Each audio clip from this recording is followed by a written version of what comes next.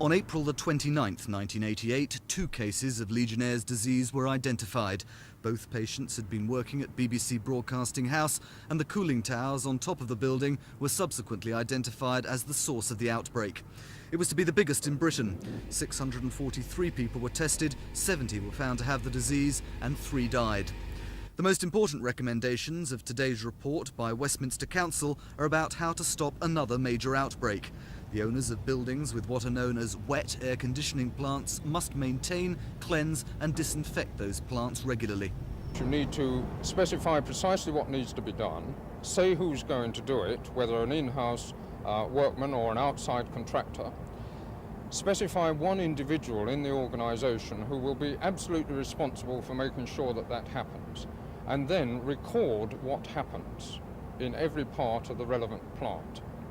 Then, if something goes wrong, those records can be checked quite quickly, or an outside monitoring agency such as ourselves in Westminster with regard to Health and Safety at Work Act can come in and quickly see whether things are being done as they should. Now, when it comes to controlling another outbreak, should one occur, the main thrust of the report is that those in charge should not have to rely on factors like goodwill or even good luck. They ought to be able to go and find a document which tells them this is what you should be doing and this is how you ought to be doing it. There should be contingency plans for Legionnaire's disease, as already exist for outbreaks of Lassa fever and rabies. An incident room should be permanently set up, or one should be available at very short notice. And there should be better communications, both among the experts and with the public in an area which may be affected.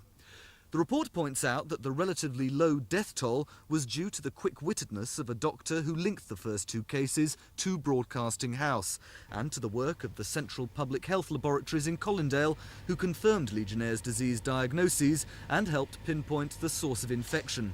Also, on the plus side, the outbreak helped scientists here to develop a new process, which means the disease can now be diagnosed more quickly and victims treated more effectively.